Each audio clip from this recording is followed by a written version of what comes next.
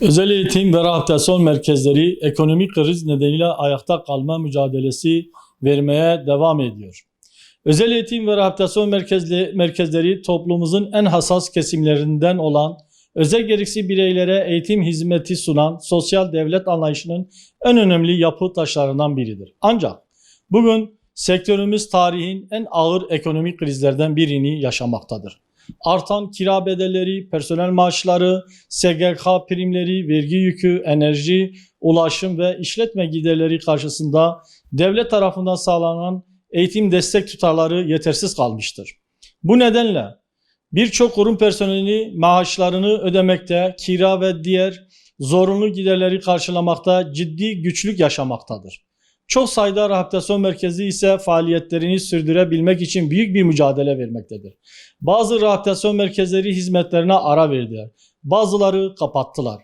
Bu sorun yalnızca kurumlarımızın sorunu değildir. Yaşanan ekonomik darboğaz, özel gereksinim bireylerin eğitim hakkını, ailelerin geleceğe dair umutlarını ve sektörde görev yapan binlerce öğretmen, uzman ve diğer çalışanların geleceğini doğrudan tehdit etmektedir. Özel eğitim hizmeti ticari bir faaliyet değildir. Bu hizmet devletimizin sosyal sorumluluğunun en önemli unsurlardan biridir. Dolayısıyla sektörün sürdürülebilirliğinin sağlanması, özel gereksinim bireylerin eğitim hakları kesintisiz devam etmesi açısından hayatı önem taşımaktadır.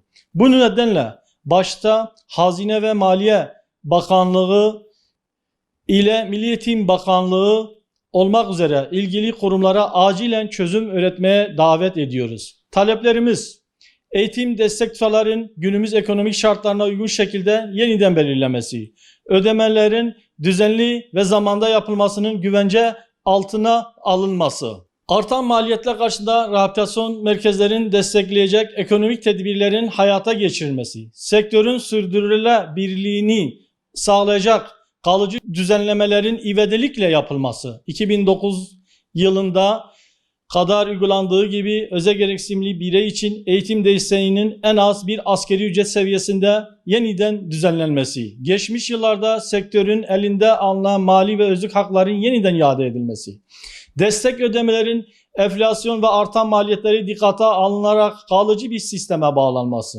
özellikle Hazine ve Maliye Bakanımız Sayın Mehmet Şimşek Bey'e beklentimiz 2009 yılında uygulanan destek modelinin yeniden hayata geçirilmesi, özel gereksinimli her birey için sağlanan eğitim desteğinin en az bir asgari ücret düzeyine çıkarılması ve sektörümüzün geçmişte sahip olduğu hakların yeniden verilmesidir. Bu adım yalnızca kurumlarımızı değil, eğitim alan 10 binlerce özel gereksinim bireyi ve ailelerin de doğrudan rahatlayacaktır.